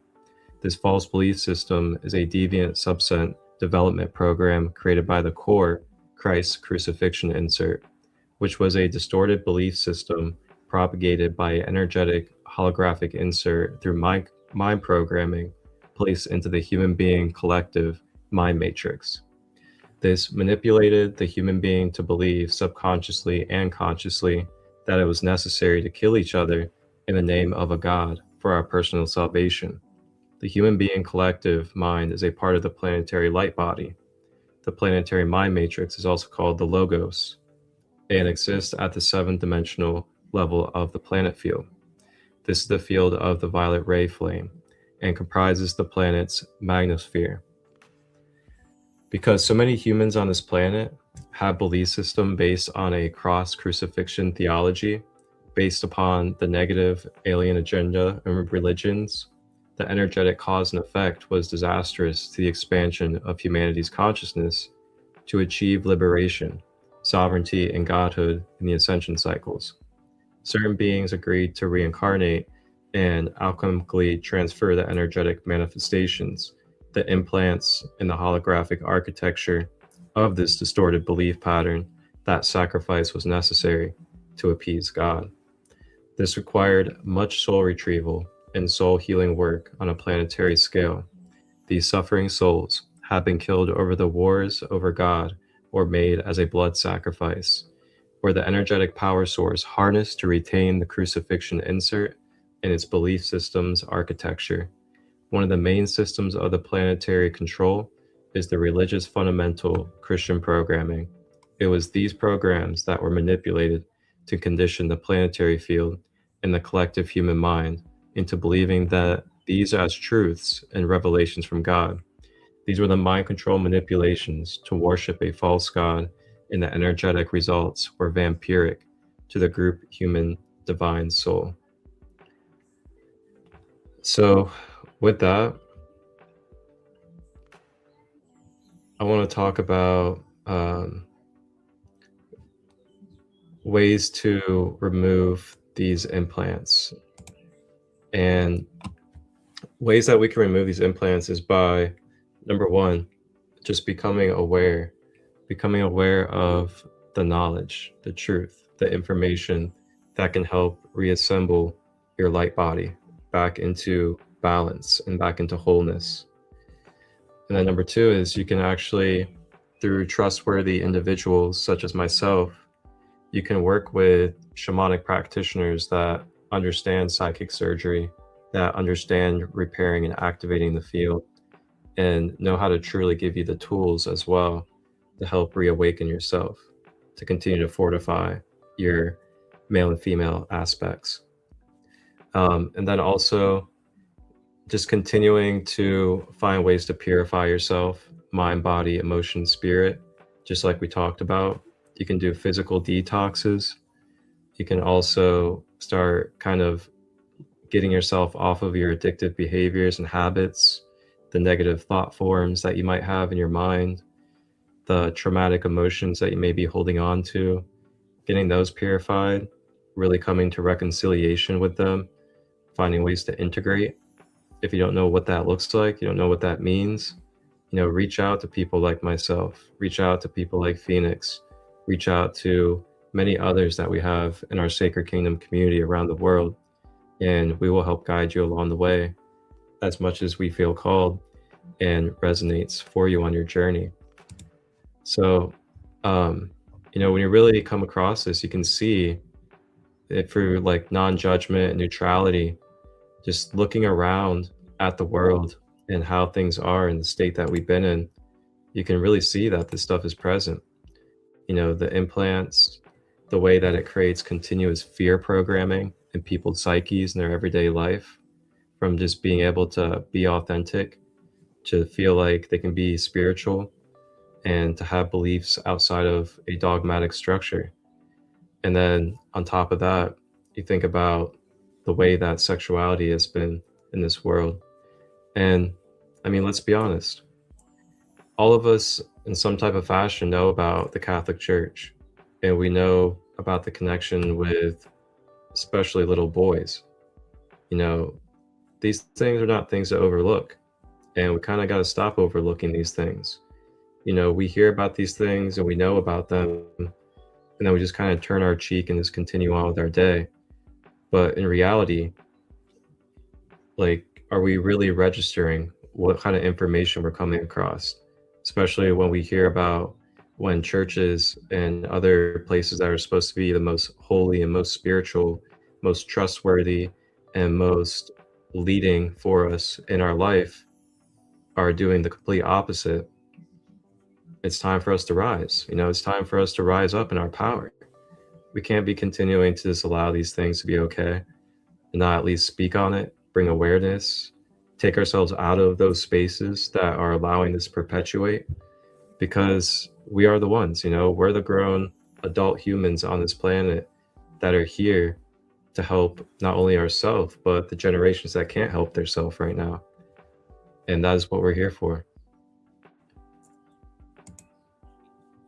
The golden rule: judgment, condemnation, regret, criticism. Do and think unto others as you would like done unto self. That's right. Love thy neighbor. These are some important topics. I have a lot I want to throw out there, but I want to get back to like some fundamental things about the purification, the detox, the parasites. Number one, I address everything from the non-physical field because form follows frequency. So I know that by the time my form is presenting, let's just say by the time someone's form is presenting parasites, well, it's definitely time to address that on the physical level, but there was always something going on in the non-physical that was driving impulses and behaviors to create that. And so it's about starving the parasites. It's about fasting. That's the teaching of the fasting. And these days it's getting a little easier to fast food, but can you fast technology? Because now these parasites and these implants are becoming metals in our bodies. And so this is a time of great purification. It's a great time to start to pay attention to what you're putting through the windows of your soul, your eyes, and what you're putting into your mouth. And, one of my friends has started doing these 40-day juice cleanses. So she's not even doing fastings. It is a juice fast, but you're actually, you are fueling your body with rainbow juices all day, every day. And eventually what is happening by about the 15th to 20th day, these are 40-day processes, people are passing these mucoid plaque. She calls it purging the black serpent. It's like literally the entire lining, if you put oil down a drain and it's solidified, that's what's going on. This mucoid plaque is in our digestive system and in our stomach. we're not really eating food these days, unfortunately, for nourishment. It's for addiction. And so, wow, what a beautiful thing when you go into a fast. I remember my friend Marta, I met her while she was on a 5-day fast. She was in the river. And see, that's the other key when you go through fasts like this, is like, you're not meant to be pushing yourself and working hard. Your body's going through a rest, relaxation, restoration, transfiguration process. And so a lot of times when people have a hard time even just going like vegetarian or anything like that, or vegan, we have to do the spiritual work along with that, which is bringing ourselves more into nature, water. Anyways, I met this woman, Marta, and she was on the 4th or 5th day of her fast, dry fasting, not even water, except she was sitting in the river of water and allowing that to run through her, working with this energetic electric circuitry. And she told me 5 days of dry fasting will starve any parasite. And then, so when you do think about it, as you decide, if you so choose, by your own free will, to go through any kind of purification process such as this, which has to be by your own indication, inclination, right? Not force, and not for any other reason than because you're finally feeling like it's time to do something different with your temple. And so once you come into that, you'll start to become aware, because you'll become conscious of the impulses and desires, like, oh, I want sugar, I want this, I want that, I want that. And you can see, you're like, all of a sudden you could see it like parasites in your body, and you could look at that thing and be like, bitch, I'm not feeding you anymore. And that could be a thought too, right? Because to me, entities are just thought forms anyways. And so all of a sudden you become conscious, and now all of a sudden you can hear that thought and you're like, that's not my thought. Get out of there. And you can extract anything that you'd like to. You can remove any implant that you'd like. And so sometimes you're not conscious of your implants and you can't see them. And so you can come into the space of someone. This is a part of the psychic surgery. I'm always reading someone's energy field. I'm not so visual, but I see things like through the field, and I work on the genetic level in the morphogenetic field. And I'm understanding where those like little magnetic black impact, like implants, I call them like machine ticks, that are kind of sucking the life force and playing with your mind. And so we're not even demonizing it. We're just like, Illuminati of the light, evacuate all parasites. I'm going to sing you this transmission, okay? I always make this declaration. Illuminati of the light, evacuate all parasites. So it goes, Illuminati of the light, evacuate all parasites. Illuminati of the light, evacuate all parasites. Illuminati of the light, evacuate all parasites. And I also use music to rewrite the code in the mind, right? Because when we have parasitic thinking, like whatever these thoughts are that like drop in, that bring you down, or whatever, if you personify them to someone else or however you want it, we become responsible, right, for cleaning the mind and cleaning the body. So we got to pay attention to these thoughts, to these desires, to these parasites that we've been feeding to keep, that are hungry. My friend was transparent with me. He was sharing with me his addiction to pornography. And he was like, I could only do it on my own, but it was when I saw that it was that this was a parasite within me. And I've told people this before, when you feel like that impulse to go look at a video or whatever to receive that thing, I want you to imagine that there is something else there in the non-physical world that's feeding off of your orgasm, off of your orgasmic energy, because that orgasm doesn't last, right? It's a sellout, right? It's the lower dimensional astral plane hijack versus the eternal life template that we have access to, right? So there's no guilt and shame in this. This is just mechanics about energy siphoning and who's in control here. And he decided to become aware that he wasn't in control, that there was something that was operating through him, and he had to stop feeding it. He had to first become aware of it and become strong enough and willing enough to starve that parasite and to no longer feed it, so that it disappeared. And so this is the work that we're being called to do. And it takes honesty within yourself, and it takes transparency. A lot of times for someone, being able to lay something down, being able to say it out loud and not just deal with it within the self and keep it a secret. I've found that it is almost like a confession. I've had people lay some things down with me and tell me some things that I was able to hold that compassionate field of love and compassion. And I want to say something very serious here that I started to recognize, because Marcus, you brought up, the Catholic Church and the little boys, and I would also say the Mormon Church and pretty much all indigenous tribes.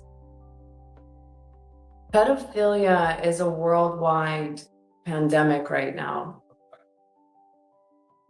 Because I started asking the real questions. Instead of shunning this away and looking away from it, I started to ask myself, what is the root of this? Where did it come from? And I started to ask myself, what drives a person to have this interest or desire? And the first thing I was shown was obvious, that something like that must have happened to them in order to impact this. You could even say it's like an implant or a parasite. And so then it was like, how would one rectify this situation within themselves? Hello. Oh, cool. Oh, well, I'm happy that you got to go for a walk. It's so nice. Which part was I at there? River just got here. Oh, yeah, that. So what I was realizing is, wow, I think that there are many actually going through these thoughts or desires that are keeping it a secret, because it's certainly not something they can safely talk about. But they might not understand that it's like eating them alive in there until it can come out in the open and be seen and witnessed. Can it be removed? It's like any shadow. It's like any shadow work to deny that it exists. And I think of shadow on a more collective scale. To deny that the shadow exists and to look away from it is not how we resolve it. We've got to get right in there. We've got to look right at it. We've got to understand it. And we're here to work with the ones that want to be free and liberate themselves from this level of slavery, and ultimately in understanding that it's been the root of a generational trauma and implant that hasn't really been able to be safe to be talked about. Almost every home, secret society, and religious order has been doing this for many generations. A lot of them in the false teachings of the Bible about sacrificing their sons. And so there's a lot of shame around this topic, and it's usually not and also possibly not even remembered. And we're not trying to run around looking to go dig deep and find something that we can't remember to make something true that wasn't. But we are opening up and inviting the idea of people being able to free themselves of this level of demonic entity, and to really find themselves in liberation of their soul. Getting to the root of this topic and not looking away at it, because we could be like, I see the things out there, where's the judgment and kill them and all of that. It's like, some of the very people saying that are addicted to child pornography. I mean, let's get real about it. So this is the willingness to look at the shit that is not so easy to digest. We all have to do this as a planet. It applies to all of us in some way.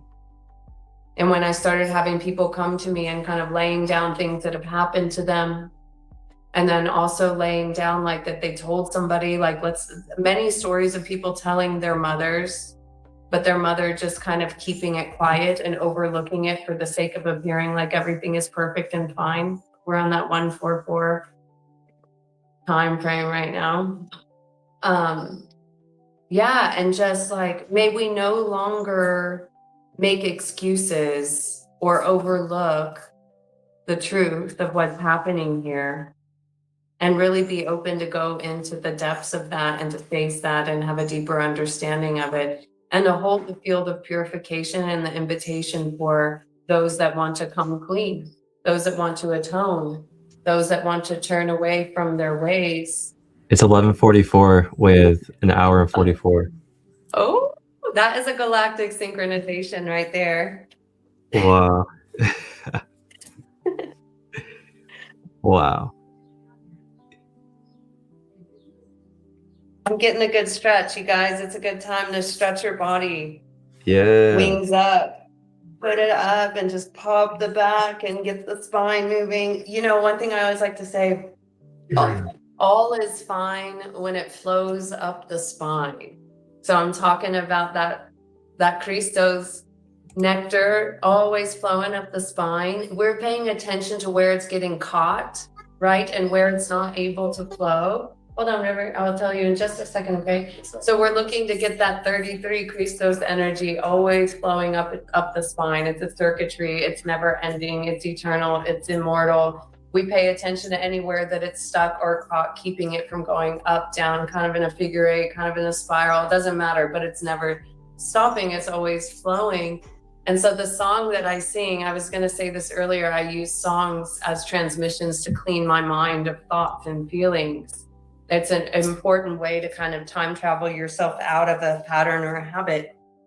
So this one is for if you're ever catching yourself with your energy kind of getting caught or leaking out there.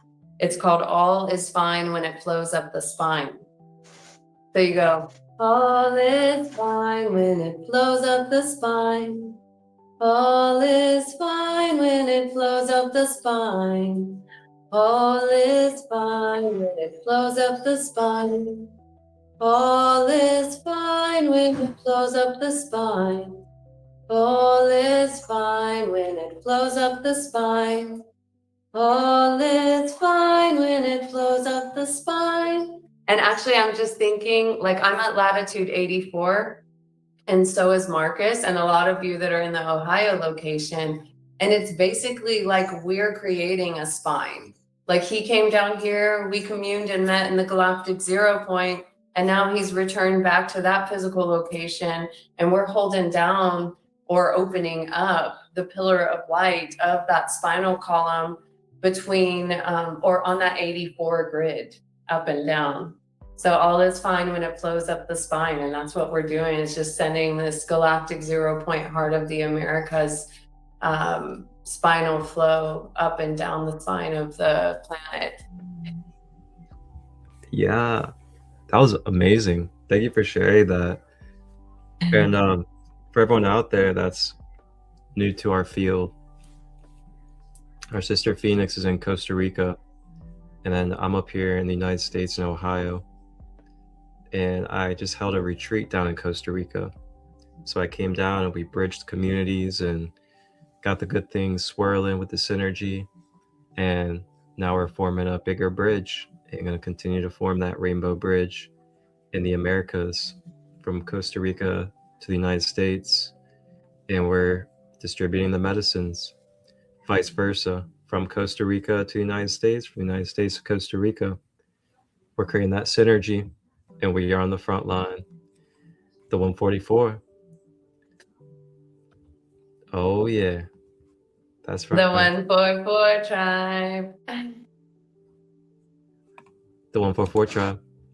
So I want everyone to make here, that so clear. This is not a personal importance identity. This is nothing elite. This is those who have come to the playing field, to the quantum field, to lay down their lower nature for something greater, to serve the greater good of all of humanity and the planet. That's what that is. Anybody is invited to the 144 Club that is here to be of the greatest service to all of humanity, to all of life, and to this planetary system. yeah, Ashe. So I just want to let everyone know out there that later tonight, if you guys want to tune in here on the Sacred Light Broadcast Network on YouTube, I'm going to be doing a live giveaway at 8 p.m. Eastern tonight. And you guys can just tune in for free. It's a free giveaway. You just tune in And the way you're eligible to be a part of the giveaway is you put the emoji in the comment that I tell you to comment. And then you just stay present during the live. And we do an online rubber duck race for fun. And whichever rubber duck wins the giveaway prize. So we'll be giving away a Shungite wire wrap pendant from one of our sisters out here in Pennsylvania. And then I'll also be giving away a retreat ticket to one of my retreats this year. So great opportunities just to receive and be a part of a fun space tonight at 8 p.m. Eastern. So just tune in at the Sacred Light Broadcast Network on YouTube. And of course, subscribe, follow the content. I have a multitude of content when it comes to holistic, esoteric, and ancient knowledge. And I also have my own guided meditations I produce as well. And with that, I also want to let you guys know we have some new series coming up to the airwaves. And you guys can tune in some awesome content that's about to be coming out. And I'm going to show you guys a couple of trailers and previews. But the first one has to do with our wonderful sister here, Phoenix. She's going to be kicking off a Monday and Friday live series during the risings at 10:44 a.m. Eastern, where you guys will be able to tune in and learn, deep dive, and explore the daily energies of the galactic wave spell, as well as gene keys, human design, and other cosmic messages and codes. And it'll also be an opportunity for you guys to learn about how to navigate it, how to integrate it into your daily life, and also be able to receive live opportunities and personal opportunities to get your one-on-one profiles made with your gene keys, your wave spell, through our sister Phoenix as well. So check it out. This is a little preview.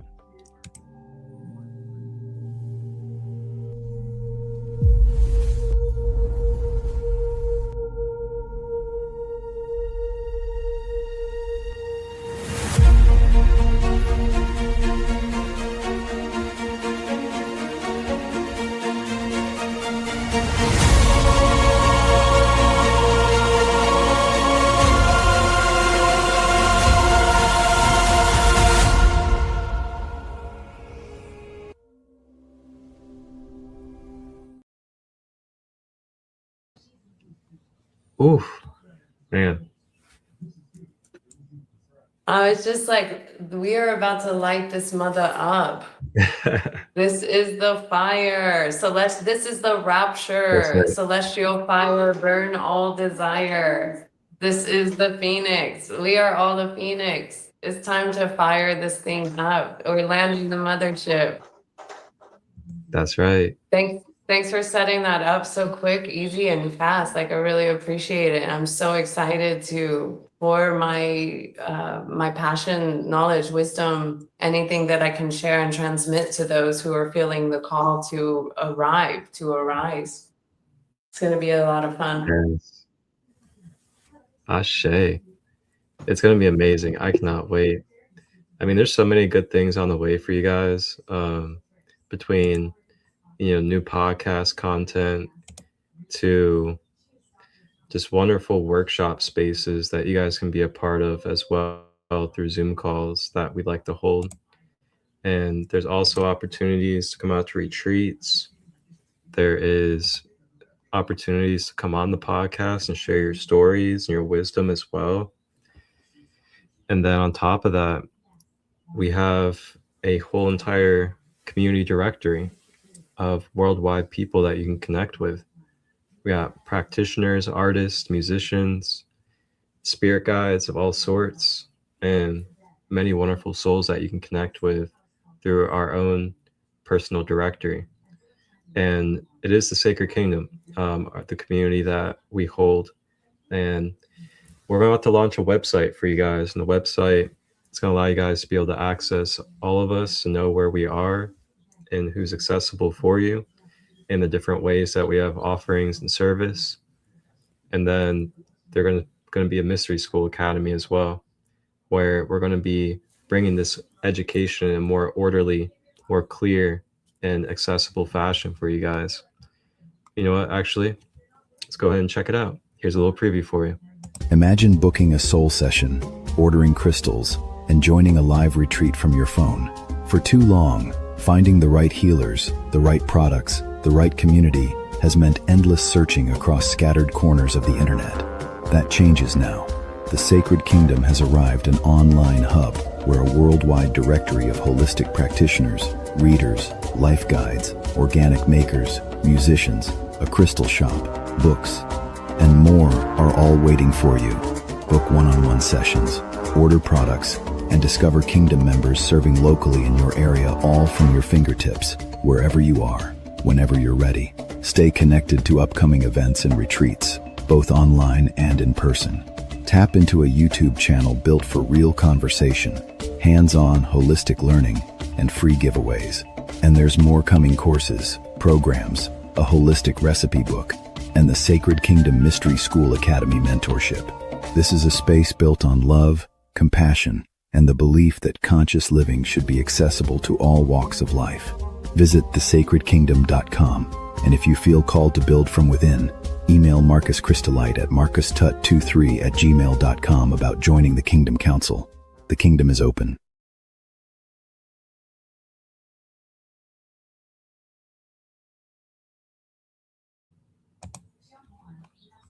That's right. We are about to have so much available for you guys to be able to access, and there already is a lot available for you to access right now. And if you guys have questions at all, just reach out. And yeah, we're absolutely here.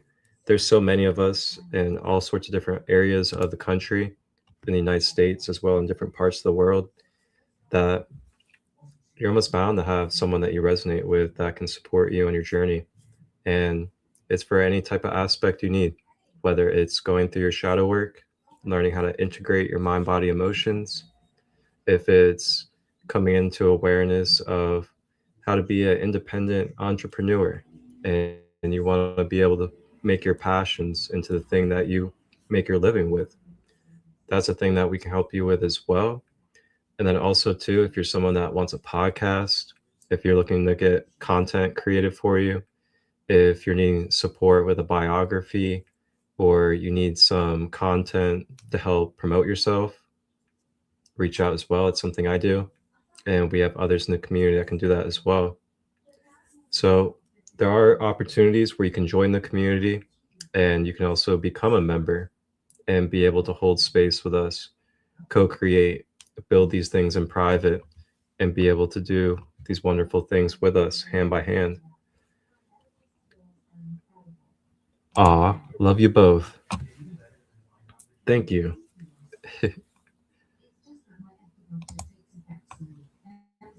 Man. So yeah, guys, if you guys have questions, just reach out. And this QR code up on the screen, you can just go to the QR code if you want, or you can go to the link down below in the ticker description, and you'll be able to see what we have going on with the community, any services that are available, and retreats as well. Hoo-wee. Well, sister, do you have anything else you would like to share as we begin to close out this episode?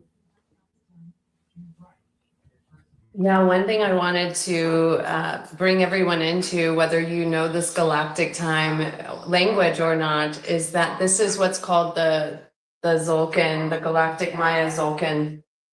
This is one of my timekeeper. This is my real computer. It's like falling apart. I have many of these just falling apart. This is how I calculate where we are in the future timelines as we're building the new creation. And so each of us have a number that identifies a little bit of maybe the essence of our energy, if we're here to initiate or transform or refine. And I like to integrate the knowledge of this with the gene keys and astrology. But I wanted to let everyone know that as a collective, we're here together on kin number 170, white and magnetic dog. And so what that means is that we are entering, starting today, on the magnetic tone. The magnetic tone always unites us. And then so goes the theme for this next 30-day wave spell or 13-day cycle. And so the essence of this white dog energy has to do with compassion, love, service, and loyalty. And so today on this day, we can kind of open up and ask ourselves, where I always wake up every day, how may I be of greatest service? And so compassion, love, loyalty, service, and this white dog energy has a refinement to it. So we're here refining in this next 13 days. So this is almost like a galactic forecast, energetic forecast of like, how am I here to be in love, compassion, service, loyalty, and just pay attention to what comes in over this next cycle. And then also throughout the Monday and Fridays, I'll bring in the essences, and you start to learn this new art of time, which is ultimately about moving humanity from the time is money construct to the time is art construct, or the time is art essence of who we are and where we are to return the Garden of Eden and the source of all creation. And I also call it the Da Vinci Code. So I'm always painting that vision, like imagine there being a collective field of resources that's able to support any and everyone on the path. I call it the Da Vinci Code, when all of our basic needs are met and we're out of a survival type of perception of reality or construct, then the creation, the art can start to come from us, because we are all artists, whether we remember it or not.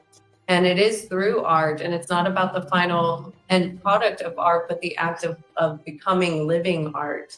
Our breath, our prayer, our life is the art. Although there are acts of, painting and working with art that help open up that part of the brain that's been missing as we've been enslaved to the constant work that many of us have been subjected to, and are learning how to create new ways to express ourselves and support ourselves. And ultimately, the future vision is collective resources available for any and all that are here to serve with all of their heart. And so there's no selling out in that model.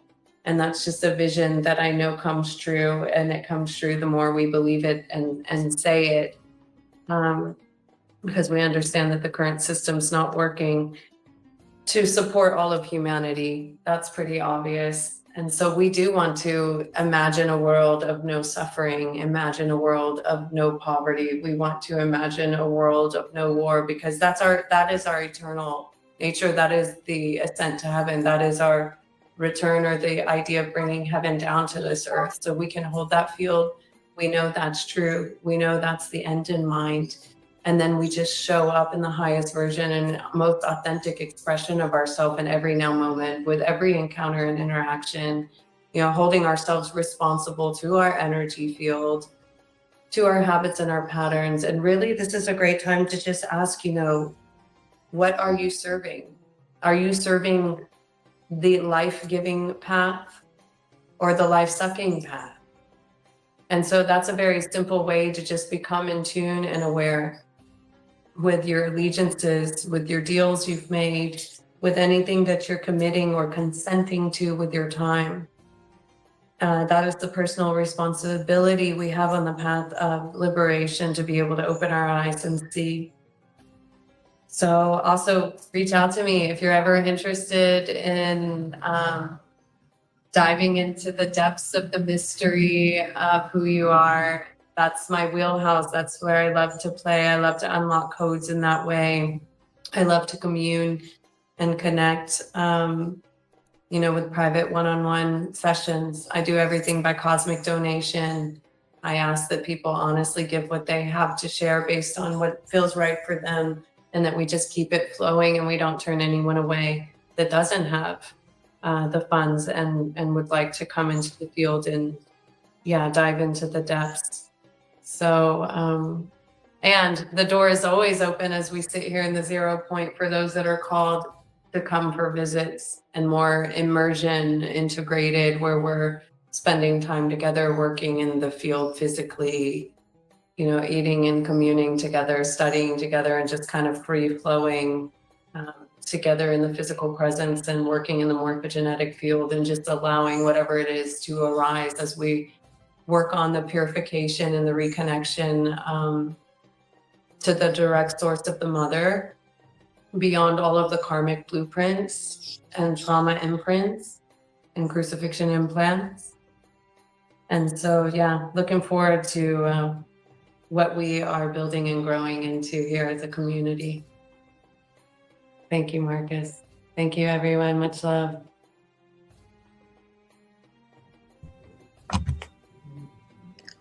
Thank you so much, sister. I really appreciate you.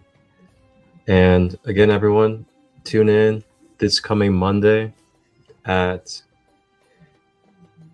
oh man, a very exciting time where we're going to be launching Unite the 144 Tribe, Gene Keys and Galactic Wave spell decoding, and wonderful messages from our sister Phoenix Returns. Monday, 10:44 a.m. Eastern Time, Sacred Light Broadcast Network on YouTube. Get ready. And then Friday, on the 5th, 10:44 a.m. Eastern, Unite the 144 Tribe, Mondays and Fridays. Get ready, guys. And feel free to rewatch this episode at your own pace anytime. Pause, fast forward, rewind. Go through any of this that has resonated for you at any point. Or if you weren't able to make any of this, you can tap in and watch any part of this that you were not able to make. There is value throughout this whole entire episode. And I can guarantee you that there is something for you to meditate on coming out of this episode. So thank you guys again for being here in this living moment and sharing these codes and being able to co-create with our hearts. Yes, living well through our creative heart brain. Thank you, Nancy. Thank you guys all for tuning in. Love everyone. See you soon. And as we close, please do give a like and share if you can. Share this to any of your community or loved ones that you feel this could really be beneficial for. And just help out that algorithm. Help spread the love and help spread the message out there. And as we close, you guys are going to be able to enjoy a nice 5-minute channeled light language song of Mary Magdalene from the Cosmic Rose. So enjoy the beautiful close, be a nice 5-minute Mary Magdalene light language. And with that, I thank you guys again. Love and life and peace to all of you.